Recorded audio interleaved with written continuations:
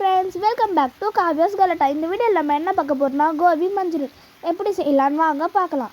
தேவையான பொருள்: கடாயில் கொஞ்சமாக எண்ணெய் ஊற்றிக்கோங்க. எண்ணெய் ஊற்றி வீட்டிலே அரைச்சி இஞ்சி பூண்டு பேஸ்ட் 2 டீஸ்பூன் போட்டுக்கோங்க. நாங்கள் வீட்டில் அரைச்சோம், உங்களுக்கு வேணால் கடையில் வாங்கிக்கோங்க. அப்புறம் ஒரு வெங்காயத்தை நல்லா பொடி பொடியாக நறுக்கி அதில் சேர்த்துக்குன்னு நல்லா மிக்ஸ் பண்ணிக்கலாம்.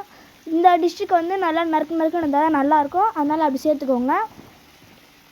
அடுத்து கேப்சிகம் வந்து என் பசங்க சாப்பிட மாட்டாங்க அப்படின்னா நல்லா துருவி சேர்த்துக்கலாம். துருவிட்டோன்னா அதில் மாட்டாது, அவங்களுக்கு வாயில் நல்லா சாப்பிடுவாங்க. அடுத்து காலிஃப்ளவர் வந்து தேவையான அளவு சேர்த்துக்கோங்க. ஏன்னா காலிஃப்ளவரில் ஏற்கனவே உப்பு போட்டிருப்போம், நம்ம உப்பு போடும்போது அதிகமாகிடும், அதனால் நம்ம உப்பு லாஸ்ட்டாக போட்டுக்கலாம். ஏன்னா கொஞ்சமாக காலிஃப்ளவரில் உப்பு போட்டு நம்ம 65 போட்டு எடுத்துக்கலாம். அதுக்கப்புறம் தண்ணி கொஞ்சமாக ஊற்றி நல்லா மிக்ஸ் பண்ணிக்கோங்க. நல்லா மிக்ஸ் பண்ணிக்கோங்க. பசங்களுக்கு இந்த மாதிரி வீட்லேயே ஹெல்த்தியாக ஸ்நாக்ஸ் செஞ்சு கொடுக்கலாம் சாயந்தரம் ஸ்கூல் விட்டு வரும்போது. அடுத்து கார்ன்ஃப்ளவர் மாவில் தண்ணி சேர்த்து நல்லா கரைச்சி இதில் ஊற்றிக்கோங்க.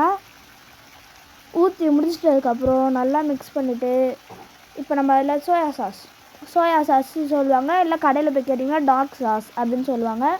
சோயா சாஸ் தேவையான அளவு ஊற்றிக்கோங்க. ஊற்றி நல்லா மிக்ஸ் பண்ணிக்கோங்க. இப்போ வந்து நம்ம டொமேட்டோ சாஸ் வந்து இனிப்பாக இருக்கும், அதுக்காக நம்ம சேர்த்துக்கலாம்.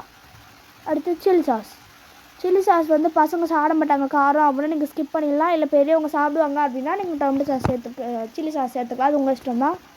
நல்லா மிக்ஸ் பண்ணிக்கோங்க. பசங்களுக்கு ஹெல்த்தியாகவே செஞ்சு தரலாம். இப்போ ஐயோ பசங்க வருவாங்களே, நம்ம இப்போ போய் ஸ்நாக்ஸ் வாங்கணுங்கிறது பதில் இந்த மாதிரி வீட்டில் இருக்க பொருளை வச்சு சிம்பிளாக செஞ்சு பசங்களுக்கு கொடுத்தோன்னா சாப்பிடுவாங்க. எப்போவுமே காலிஃப்ளவர் குருமா 65 செய்கிறவங்களுக்கு இது யூஸ் ஆகும். அப்புறம் தேவையான அளவு உப்பு, ஏன்னா உப்பு நம்ம காலிஃப்ளவர் 65லே போட்டுக்கிறதுனால நிறைய போட்டோன்னா உப்பு கறிக்க ஆரம்பிச்சிடும், அதனால் கொஞ்சமாக போட்டுக்கோங்க. போட்டுக்கிட்டு நல்லா மிக்ஸ் பண்ணிக்கோங்க. பசங்களுக்கு இதெல்லாம் சைடிஷ் மாதிரியே வச்சு தரலாம், அப்புறம் ஸ்நாக்ஸாகவும் செஞ்சு தரலாம், உங்கள் விருப்பம் தான்.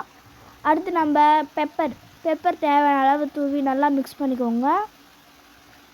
நல்லா மிக்ஸ் பண்ணிக்கிட்டோம். இந்த கன்சிஸ்டன்சியில் வந்தோடனே நம்ம நல்லா மிக்ஸ் பண்ணிக்கலாம். மிக்ஸ் பண்ணியாச்சு,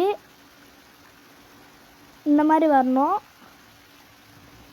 இந்த பாருங்கள், இந்த மாதிரி இருக்கணும். இந்த மாதிரி வந்தோடனே நீங்கள் இன்னும் கொஞ்சம் அடி பிடிச்சிரும், அடி பிடிக்காமல் கிண்டி விட்டுனே இருங்க. இப்போ நம்ம இதை தட்டில் மாற்றியாச்சு, நான் சாப்பிட்டு பார்த்துட்டு எப்படி இருக்குன்னு சொல்கிறேன். சூடாக இருக்குது, சூப்பராக இருக்குது. பசங்களுக்கு வீட்டில் ஸ்நாக்ஸாக செஞ்சு கொடுத்துட்டு எப்படி இருக்குன்னு சொல்லிட்டு கமெண்ட் பண்ணுங்கள், நாங்களும் தெரிஞ்சுக்கிறோம்.